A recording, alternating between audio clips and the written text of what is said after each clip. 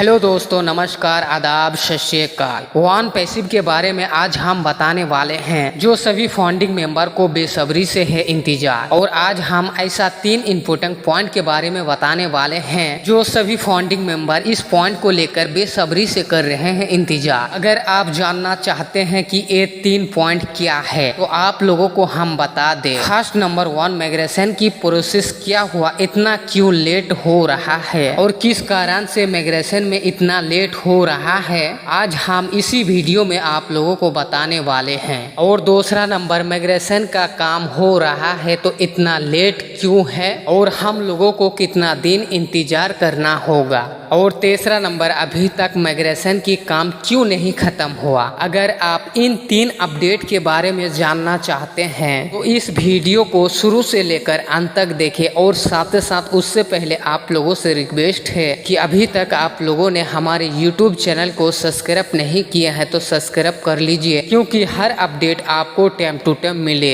इसीलिए सब्सक्राइब करना ना भूलें। चलिए बात कर लेते हैं आखिरकार माइग्रेशन की प्रोसेस इतना दिन तक क्यों लगा और क्या माइग्रेशन के अंदर चल रहा है कि हम लोगों का समय बीतते चला जा रहा है। तो आप लोगों को हम बता दें, माइग्रेशन की काम जो कंपनी को दिया था, तो आप लोगों को हम ये भी बता दें, हमारे कंपनी की बड़े लीडर एक वीडियो में बताया था कि हमारे जो माइग्रेशन की सिस्टम है जो कंपनी को काम करने के लिए दिए हैं वो कंपनी समय के अनुसार बहुत सारे समय लगा देता, इसलिए हम उस कंपनी से दूसरे कंपनी को माइग्रेशन की प्रोसेस काम करने के लिए दे दिए हैं। इसीलिए थोड़ा सा समय लगेगा, क्योंकि अगर हो सकता है उस कंपनी में उस सर्वर में जो काम कर रहे थे उस सर्वर में अगर टाइम ज़्यादा लग जाता, टाइम ज़्यादा लगने का संभावना था, इसीलिए दूसरे कंपनी को काम करने के लिए माइग्रेशन की प्रोसेस दे चुका है। और वलमूल माइग्रेशन की काम अभी रेडी हो चुका है। आप लोगों को माइग्रेशन के लिए कोई चिंता करने की बात नहीं है। और दूसरा नंबर, अभी तक माइग्रेशन की प्रोसेस क्यों नहीं खत्म हो रहा है, तो आप लोगों को हम बताना चाहेंगे। अगर आप वन पैसिव में है, आप लोगों को हम बता दे, अगर आप मैक्सिमम आप लोगों को हम बता दे,